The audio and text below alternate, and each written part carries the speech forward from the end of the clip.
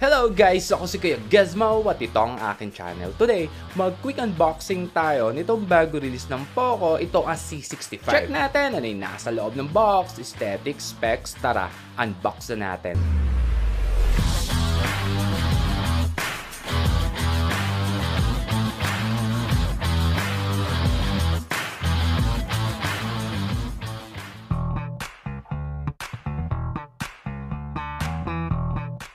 Bago sa unit, check muna natin ano ang nasa loob ng box. Dito sa maliit na box, sa likod, nandito itong SIM ejector. Nandito sa loob itong user guide at safety information sheets. Ang cons, wala man lang itong kasamang phone case. Wala rin itong earphones, pero yon acceptable kasi halos lahat naman ay ganyan. Sa pinakaloob ng box, itong SIM cable, the charging cable, ito ay USB Type-C. At ang huli, itong power brick. Ang Poco C65, ito ay supported ng 18 watts pero ang cons, 10 watts lang ang binigay dito na power brick. Napansin ko meron extra compartment dito sa box. Check natin kung ano meron dito. So guys, wala. So nag-charging speed test ako dito. Nag-start ako sa standard na 20%. Na full ito ng 2 hours at 10 minutes. Nag-drain test naman ako, so mula sa 100% na battery, naka-on-screen ito na walang batayan sa 60% brightness. Naubos ang battery nito ng 30 hours at 55 minutes. Next, punta na tayo mismo dito sa unit. Itong na-unbox natin, ito yung color na black. Available din ito sa blue at purple.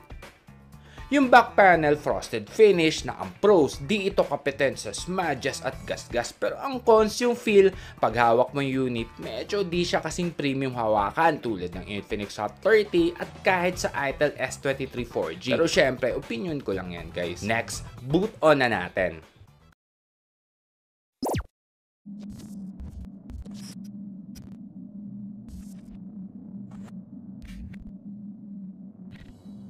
So nag-boot on na siya. So guys, need muna natin i-peel itong protective film. So ang cons, pagtanggal natin ng film, wala itong nakalagay na screen guard or screen protector mismo dito sa screen. Next, punta na tayo sa specs. Ang screen size nito ay 6.74 inch na dot notch na HD Plus na IPS display na makakapili ka sa 60 or 90 Hz sa refresh rate. Ang pros, Corning Gorilla Glass ang screen protection na linagay dito. Sa Widevine, meron itong security level na L1 Full HD. Ang network nito guys ay 4G LTE. So nagtest ako kung working sa dito SIM. Good news dahil compatible. Same din ng GOMO. So test na rin natin yung sa data speed. Sa selfie camera naman ay 8 megapixel. Ito ang sample ng 8 megapixel. Meron tong dalawang variant, yung 6128 sa SRP na 5,499 pesos at 8256 naman sa regular price na 6,499 pesos. Pero minsan mas mababa pag naka-sale. Yung 8GB RAM nito guys, meron yan extended memory to create additional RAM na makakapili ka kung plus 4, 6, or plus 8 or pwede rin naman i-off kung di mo naman kailangan na extension. Sa hindi pa nakakaalam paano setup ang extended RAM, punta ka lang sa additional settings, hanapin mo itong memory extension. Pili ka lang dito ilang plus ang gusto mo. After mong maselect, magre-restart yan. Ayan, dahil plus 8 ang pinili natin, meron tayong 16GB of extended RAM.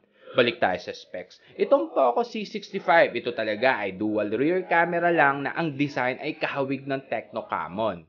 Ang main shooter nito ay 50 megapixel sa 1080p at 2 megapixel para sa macro. Ang cons, itong isang nakikita nyo mukhang camera, ito talaga ay decoration lang na walang function. Ito naman, ang LED flash. So guys, ito ang sample ng pictures. Meron tayo dito sa indoor, outdoor, at low light.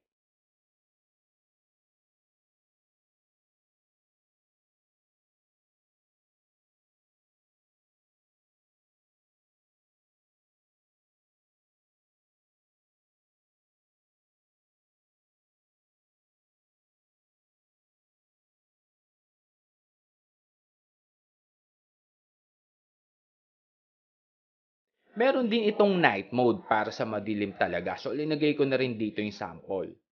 So video settings, ang meron lang dito ay 720p at 1080p na meron lang 30 fps, wala nang iba. Ang cons, di maganda ang video stabilization, napaka-alog. Ito ang sample ng smartphone na merong video stabilization para may comparison lang tayo.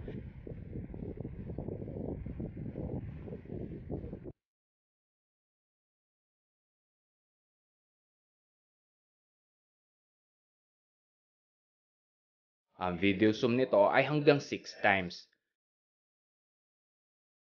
Dagdag details ko lang, itong frame flat edge kaya mas may grip hawakan. Sa right side naman itong volume rocker at nasa baba itong power button / on-off switch. Ito rin ang fingerprint scanner niya. Across the screen naman itong SIM tray. Good news dahil ito ay triple card slot. Sa ilalim naman itong speaker grill, charging port at primary mic. Ang cons, wala ngayon linagay na IR blaster dito sa C65. Kadalasan kasi nandito yan sa taas. So isang speaker lang meron tayo dito. Ito ang sample ng tunog ng speaker.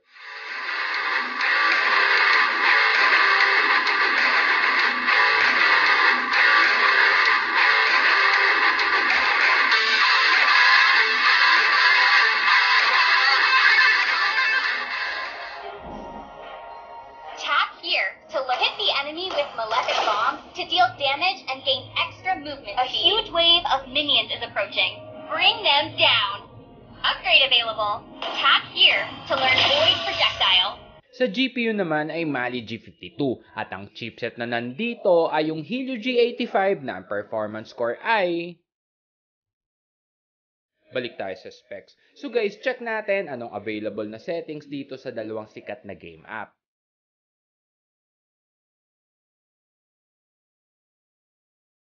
Sa CODM naman, meron tayong low at medium para sa graphic quality. Low, medium, high naman para sa frame rate. Mag-game test na rin tayo. So, nag-start ako sa battery na 59%. Check na rin natin yung temperature ng phone bago mag-gameplay. So, meron tayo dito 36.5 degrees Celsius. So, ang settings ko dito ay sinagad ko na sa max.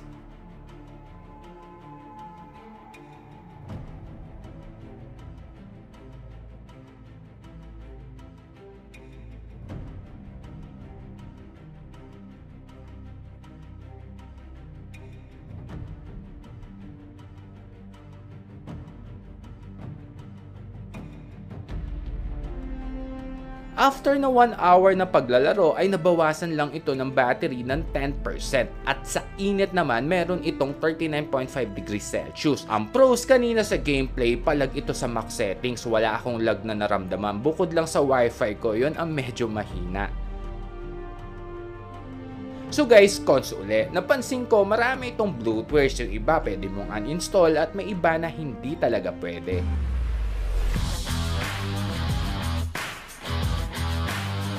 So yun lang guys, hanggang sa mga susunod na mga unboxing. Ako si Kuya Gizmo, peace!